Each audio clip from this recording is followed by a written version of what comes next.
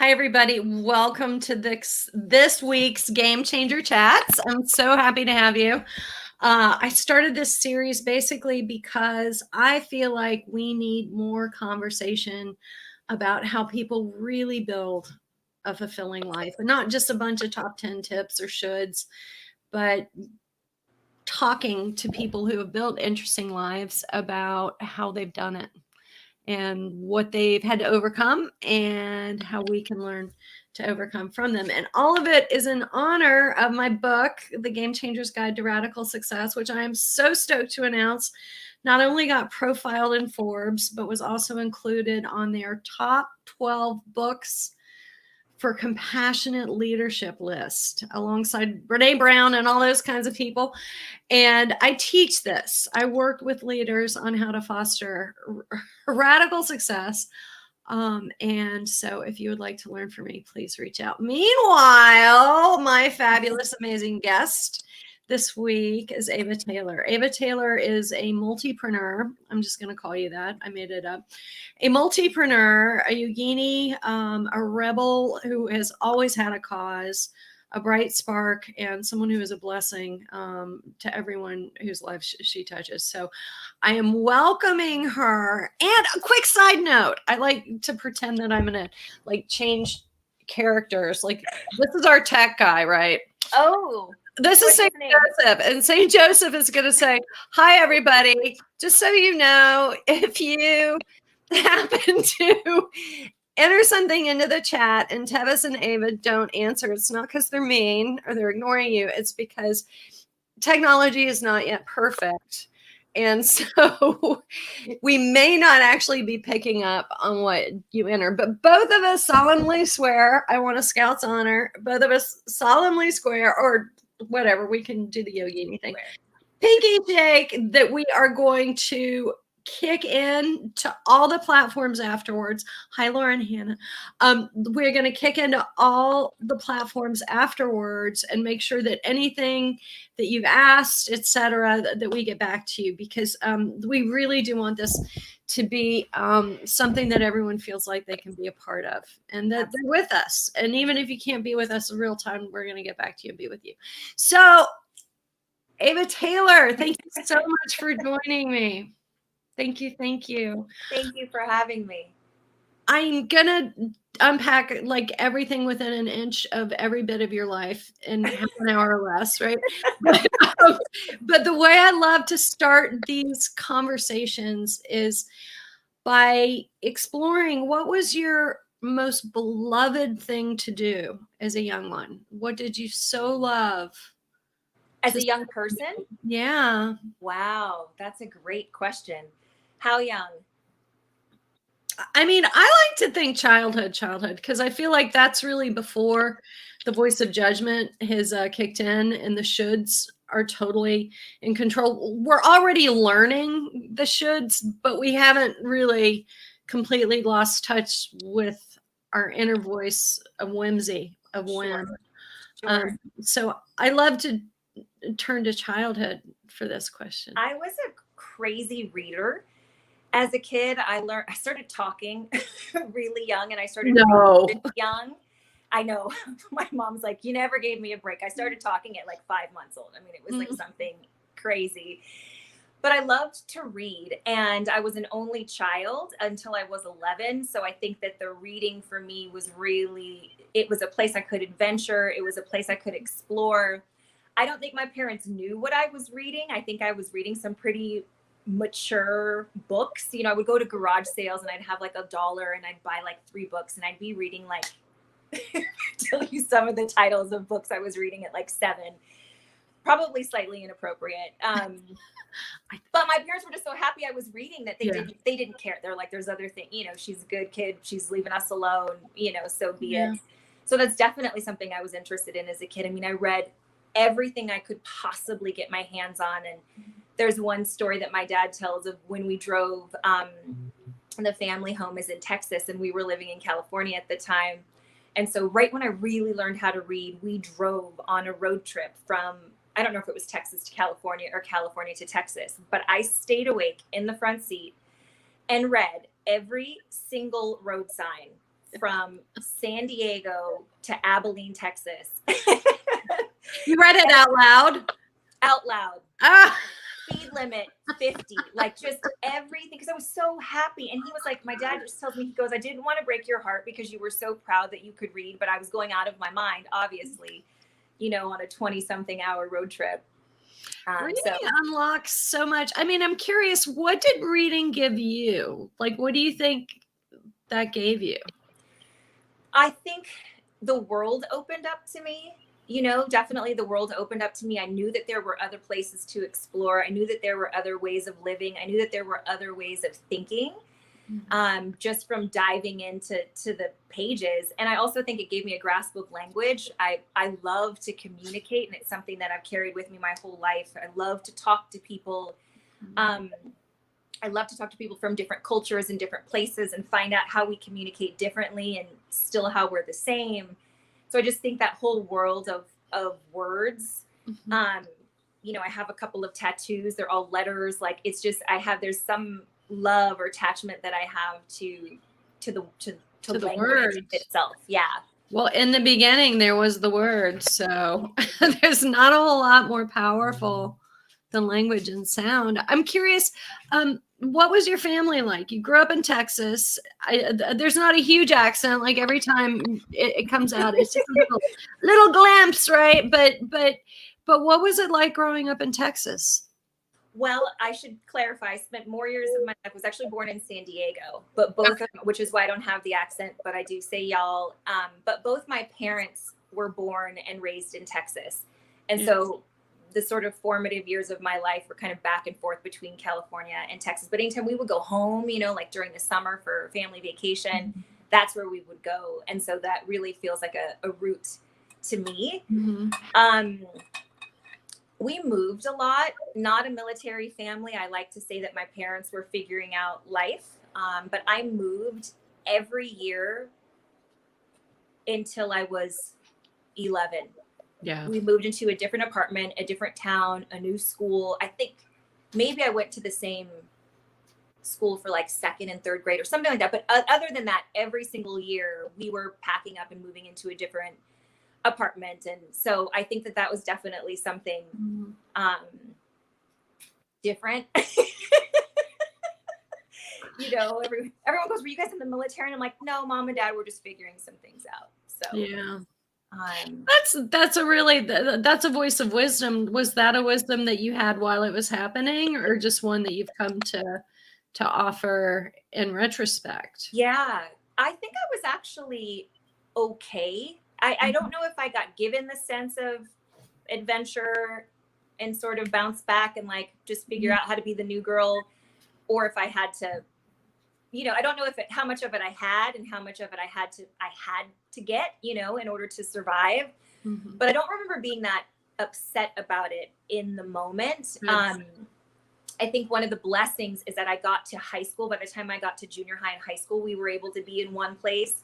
And so I could really use those years to build friendships, build a resume, get a scholarship. If we had moved around during those years, I think I would have ended up actually in a pretty bad place, as a really low income family, not living in great neighborhoods and, without having some stability. So I think I got it when I really needed it, which was like, 12 to 17, that I lived in one house. I went to the same school. I had the same group of friends, and that I could use to really set my life. But, other than that, it was just the way that it was. So perhaps it was a bit of like survival mode, to be able to just deal with it. But I didn't know any better. It was just always a new school or a new group of friends. So you learned about the world through reading, but then you also learned about the world through being in the world. Now, I know a little bit about your career trajectory, and my top lines that I'm going to dazzle everyone with, are that low-income girl from Texas, right, moving around, makes her way through the university system. She has a couple of kind of corporate-y jobs, finds her way through assistant manager at Lululemon and wakes up one day and decides she is going to take on the world of yoga and business. Now I'm just teasing. I'm just kind of setting this up because you're going to fill in the blanks, right? Like when I met you, you had this idea.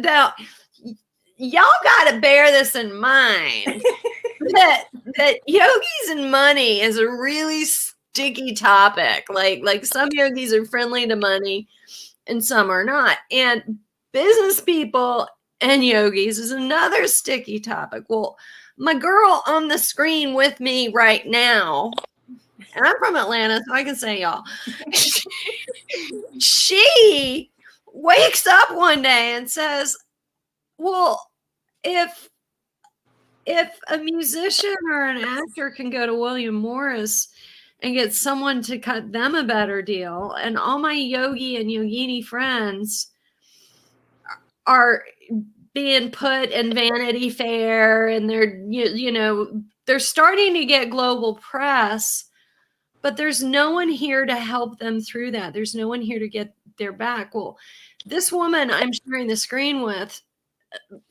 again, not from an agent background, decides she's going to start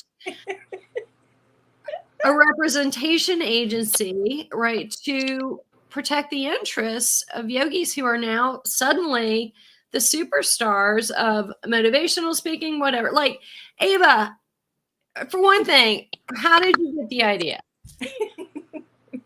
Thank you for reminding me, because sometimes I forget. I'm so busy. We all do. Oh my God! When I go, geez, did I do that? Did I do that? But I did that. So thank you for acknowledging that. The idea actually came to me while working at Lululemon. I was with them for about 18 months. It was from late 2007 to 2009, and during those years, we opened up 120 stores. We went public. Rang the bell at NASDAQ. We went from this little company that no one had ever heard of to, stretchy black pants glory, all around the United States. And so my job was actually in marketing. So my background before that, the little corporate things that you mentioned, advertising, sales. I was doing outdoor advertising at Clear Channel, like really traditional right. sales. Yes, totally buttoned up, sending decks via FedEx, the whole thing, and pitching agencies and whatnot. And so I was doing marketing at Lululemon, and my job was basically to find out what made the athletes tick. So we were running this grassroots win-win, marketing machine at that time. And we needed to build real relationships with the yogis, with the dancers, with the trainers. This is in LA, so it was like Mecca of talent. Yeah. And of course, Mecca of talent, and then also smack in the middle of Hollywood. So my friends were either athletes, yogis, trainers, or they were actors. And so I was constantly around the Hollywood scene. And so when I took the job at Lululemon, what I was responsible for was building these relationships with the athletes. And while I was working with them, I got to know them really well. Like just the way that you're engaging me, like, let's take this offline. Let's find out what your life is really like. Let's find out what's really going on with you. And I took my job seriously. So I was like, we need to go have a glass of wine or a beer. And they were like, well, yogis can't do that. It was all those things. And I was like, yes, we can. Let's go talk, because I need to know what your life is really like. Mm-hmm. So that way we can figure out how to serve you in this win-win relationship. And while I was doing that, I realized that many of them were struggling to pay their bills, had no health insurance. Almost none of them had health insurance, these basics. And meanwhile, we've got their pictures up and we're doing all these fancy things with them. We're selling millions of dollars worth of black stretchy pants. And all my other friends who associate with the company or with the brand are paid. They're paid for that relationship. And so it started to bother me that I had to give them a tank top when I knew that there was a true value between the company and the athlete that wasn't being properly acknowledged. So this is worth underscoring, that a lot of times yogis, while an athlete may get a multi-million-dollar sponsorship deal, when a beloved yoga teacher who maybe can pack a couple thousand people in at a yoga conference and actually has more direct influence, right? Yeah. When he or she is seen wearing a brand, people are like, oh, that must be a good brand because they can wear anything. And so they oftentimes at the time, hopefully this has shifted, you're going to tell us, at the time they would just be paid in either a discount on clothing or maybe one outfit a quarter. And it was Like in exchange for having their face everywhere. Yeah. And we were blowing people away because no one had acknowledged that yoga teachers were talent, right? And even being able to say talent is something that had to evolve. That was also something uncomfortable for the market. I couldn't be an agent or a manager for a yoga teacher, and also they weren't allowed to be considered talent. And so all of that caused it to be there to be a lack of value. It's much different now, but back then that was the best deal in town. It was except for the handful of teachers who might have had a DVD or like a really big deal with Guyam or somebody like that, you know. But I mean, it was literally 5 teachers out of the entire industry that would get a deal like that. And everybody else was just scrapping around trying to make ends meet, doing something that they loved. And so when yoga started to make money, real money, millions and billions, you know, and it's just been fastest growing sport on the planet, hasn't slowed down since. Finally, teachers became valuable. And so it just happened in a moment that I was part of. And I saw that they were beginning to become valuable and that they were not represented. They weren't able, they didn't have anyone advocating for them. And you know, it's a different skill set. It's a different side of the job to be the artist, to be the talent, or to be the agent and be the manager. There's a reason why it exists in Hollywood. There's a reason why it exists in professional athletics of other kinds. Well, so, but I want to say this too. I mean, even if you're not a creative, a talent, right, whatever, fill in the blank, like even if you're not a painter, it's always harder. Well, always. I hate that kind of total statement, but it's oftentimes easier to deploy your business skills in support of someone else's value or some kind of objective value or an item's value as opposed to you yourself. I mean, I've gone through this doing what I do, and the ways that we can apply a business skill set to something that we're objective about and that there's no voice of judgment going, absolutely, oh, you're really not that good. Right. Which everyone has that voice. I don't care who you are. Right. But so this upended a lot. It ruffled some feathers also in the yoga world. How was that for you? Because you were coming from a really, I think, an earnest place. But coming from an earnest place doesn't always protect you from criticism. How was that for you? Well, I went through 2 rounds of criticism, actually. The first round was when I got fired from Lululemon because, you know, I was encouraged to create goals and it was ironic that the thing that my goal ended up being was in opposition to the thing that I had been selling, you know, with the company. Super ironic because I sold everybody this grassroots marketing program. And then I was like, I think we're taking advantage of them. And now I'm going to go do something about it. So that was the first swing of criticism. But really getting out into the world, I had such a great response from the teachers that I never gave a you know what about what the haters were saying. And there were literally hate blogs written about, like an entire blog that existed at one point. I didn't have time for that because my people, you know, and the yoga community is real for me. They were so happy to have someone who cared about them and who could help them that I was just too busy doing the work, you know, to really care. It was obviously unfortunate. I think that energy that was such a moment that we had, that energy could have been used in such a more productive way, because you can't stop the innovation, right? And I think the organization that was behind the majority of the negative press and the negative, you know, just the negativity, didn't want things to change. You know, they were holding on to what the yoga industry was, where I was saying, we can't stop it. So it's better we own it, we manage it ourselves, and we ride it, or we get taken advantage of. But it's, the train has left, the train has left the building, so I understand that want, to have things be the way that they used to be. And I think I was just a very out there, visible representation of the future. So sometimes when you dig a tunnel with your forehead, it's just par for the course. You just got to keep going, right? Okay.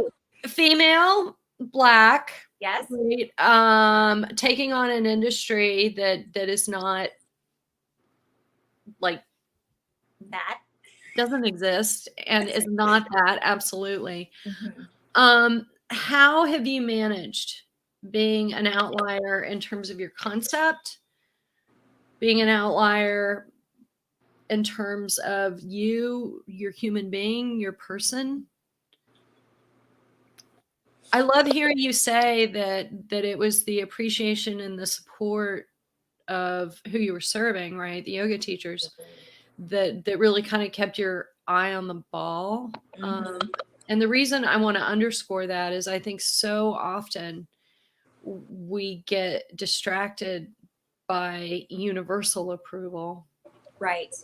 That we forget about really the only approval that matters is that of our own heart, that says, yes, that's it. That's totally. That's it. Right. But then the people that you've drawn into your heart and said, I want to serve you, right? I want to be of assistance to you. But how has that been for you? I mean, you walk into a major corporation to negotiate a sponsorship deal, Black female, Yogini from Texas. Tell me about that. I mean, how do you deal with being an outlier, right? How do you deal with being an outlier is the question. The first way I was able to navigate it was that I had my own resources. So when I had the idea to start the company, I had been working 3 jobs for 3 years. I didn't really know why. I had a great salaried job during the day. I was working as a waitress at night. I worked at a spa during the day before the weekends, before I would go waitress. I worked 7 days a week, and I was saving money for the first time in my life. I could see that I had enough money in the bank that I could do something with it. And I didn't know what it was going to be, but once I saw it, and I mean, I am self-funded, self-founded. I paid my way through university, you know what I'm saying. And you finally, and everyone was asking me like, why are you working so much? And I just kept putting it in. I feel like a little squirrel. That's me putting money in my cheeks. Like I just kept squirreling this money away. And so when I had that idea and the clarity for Yama, and I knew I knew I didn't need anybody's approval at that time. And I could take a chance on myself. Yeah. So maybe I didn't know what I was doing, but I didn't have to sell off part of the company. I didn't need anybody's permission. And it was the best freaking feeling in the world. It was like, I'm going to thank you for letting me go, Lululemon, so I can go take a chance on myself. And that's when I moved to New York, actually. I just wanted to give myself 1 year with no family obligations, my life savings, and my idea, and to see what I could do. And I was like, maybe I last 12 months. And if that's it, I'll go back to my old life. I'll go back to getting a job, So that was the way. Totally relate. I started the company. I saved up $32,000. I had 30. Yeah, I had $32,000, and I said, when this is gone, I'll shut it down. And 20 years later, it'll be 20 years in August. We're still here, right? I'm so grateful for this conversation right now, because we are 11 this year. We just finished our first decade. I kind of don't count the first year and a half because we made zero money, but no, you should count it, because that's when most businesses fail. Okay. So I would double count that. Double count. All right. Those are the most important years. Letter of incorporation is January 10th, 2010.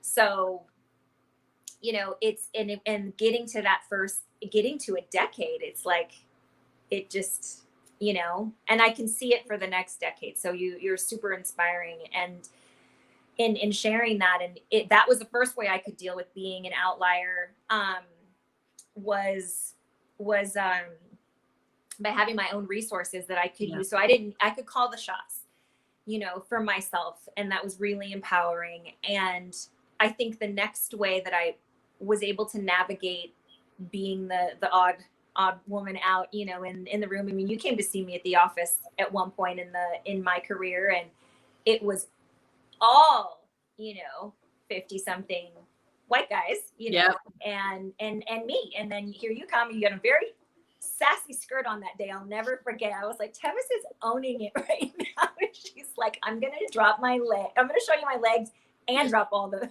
fire business on you. Like, so it was, I think probably again, to your point, it goes back to the passion and the heart. Just knowing, I knew I was doing the right thing. I knew I was doing the right thing because it was needed and it was helpful, and the community was being served, and I was being served by serving the community.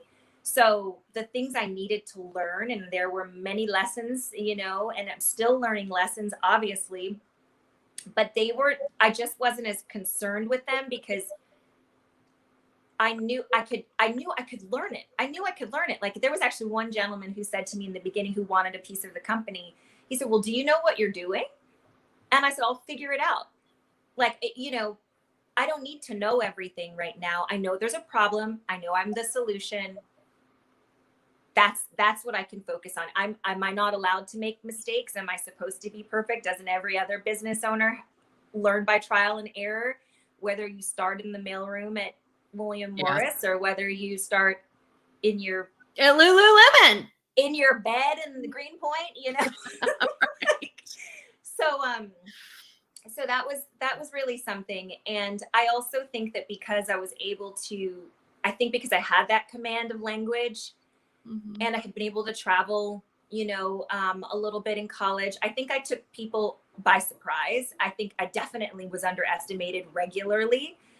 But, you know, I was used to being the new kid in the room. I could pick up the language, I can learn. And I was also asking questions. I wasn't in there like, I don't know anything and I'm the only one that's going to be able to figure this out. I was curious and inquisitive, and I was asking for help. I wanted to learn, but I didn't let what I didn't know stop me. This is really loved the challenge. I probably loved being underestimated. Because you know, it's a secret weapon. If people don't expect a lot from you, then suddenly all of your resources and skills and capabilities become something for you to use to move forward. Here's what I find really amazing, right? I spent a lot of time with people who have accomplished a lot, and some of them paid handsomely, and some of them in areas where there's just not a lot of money. And one of the things I've really observed is that humans tend to undersell their accomplishments, which is why I'm so glad to be able to shine a light on just how audacious and bold your choices have been. Point one. Point two is that so often we think that not knowing something is a vulnerability, when actually it gives us freedom to ask questions. And the fact that we don't have a pre-existing pattern of how things should be or have to be gives us a little bit more freedom to invent. And that's one thing I've seen in your evolution, because you haven't just started Yama and cranked through a bunch of yoga clients. Like, you've continued to evolve how you partner with these corporations who want to use that kind of talent, right? How did the ideas come? Like, what do you do to stay fresh? Where do they come from? I love sports. I'm a huge sports junkie. Like, every sport you can think of, Oh yeah. Oh my gosh. I mean, it's like, it's embarrassing because it's like boxing and MMA, it's NBA, it's NFL, it's Major League Baseball, like everything. And because I find what they do really interesting, and yoga is technically defined as a sport. That still makes some people uncomfortable. Really? Yes. I did not know that. Yes, yoga is classified as a sport, and it was, as of 2020, still the fastest growing sport on the planet. So that's the kind of adoption it's having. So I look to the sports world quite a bit to see how they've created career models, how the agent manager world is working, how the brand partnership world is working. I mean, it doesn't get much better than like watching what was it I just watched the other day, the All-Star game, the NBA All-Star game, and just the partnerships and the brands that are there, paying for their commercials, and what the athletes are wearing and how they're communicating. And so I pull a lot from the sports world because I do see similarities. Also from the music world. I'm not nearly a music head though, the way that I am with sports and athletics. So I think it's a lot of that, just kind of mirroring, because I'm not doing something that's never been done before. I'm doing something that's never been done before in a new space. Yeah. Did I say that? Did I get that? Yeah. You're learning from existing models and examples, but you're applying them to a new space. Yeah. Yes. I think that makes total sense. So, I really want for people to understand that through this, you have moved back and forth to Europe. You've had personal relationships that have worked, haven't worked, whatever, right? That through all this entrepreneurship, it's not like your life has stopped being challenging. That was very well said. Definitely. I mean, it's important because people are always like, I can't be amazing. I've got all these personal responsibilities, and this is going on, and the kids, and the spouse, and the this, and the that. And I'm like, no, that's when it's all always happening. It is all always happening. And I have just had to be, I'm hardwired to be self-sufficient. And so I think what that has meant for me as a person, as a partner, is that I can only, and I don't know if this is good or bad, right? But it is my neither reality. Both, all of the above. I can only give so much because I'm not comfortable giving over my self-dependence, my ability to stand on my own 2 feet. Yeah. I'm not gonna not work and let somebody else pay for me. Right? I don't feel comfortable in that kind of a situation. I'd rather know that I'm doing my best to take care of myself, and we bring what we can bring together to a relationship or to a partnership. So I think just knowing that, just making sure to take care of myself in a way has maybe allowed me to go through life and have some regular life things, that have happened, and beautiful experiences and beautiful learnings. And, but that maybe there's a little bit of like a boundary that is there where I go, okay, I can't sacrifice myself. That's what I'm trying to say. I have to take care of myself. How could you? I mean, yourself is all you really have to offer.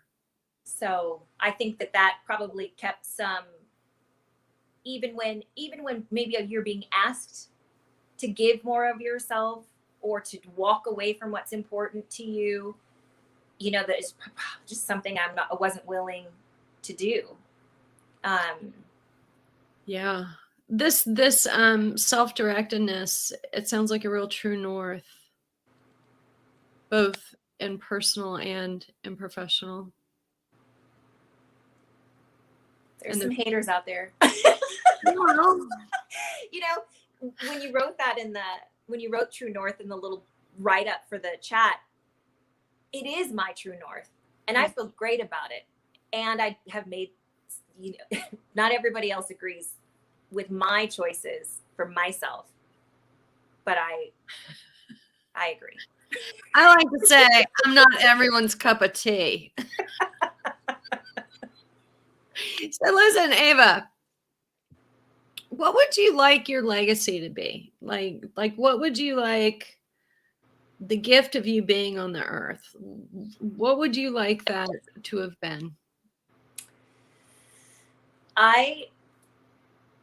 The legacy, meaning as in how people remember me, or what I would really like to leave behind? Well, both. Because I see them a little bit differently. Yeah. Go ahead. You can go into both. I would like people to know that they're going to be okay. Mm-hmm.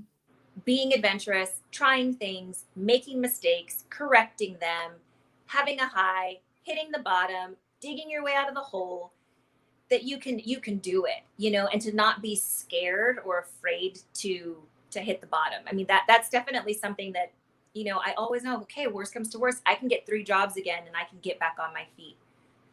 I know that. We're not going to break. I am not going to break. I am not going to break. And so that's something I think that's really important for people just living their lives, like to not be so afraid of making mistakes and of failing and of doing things that they don't know how to do, or trying things just for the sake of trying them. I think that is something just important for people, whatever their profession, might be, just to, you'll be okay. You'll be okay if you're willing to work. I'm not saying it's easy to dig out of the hole,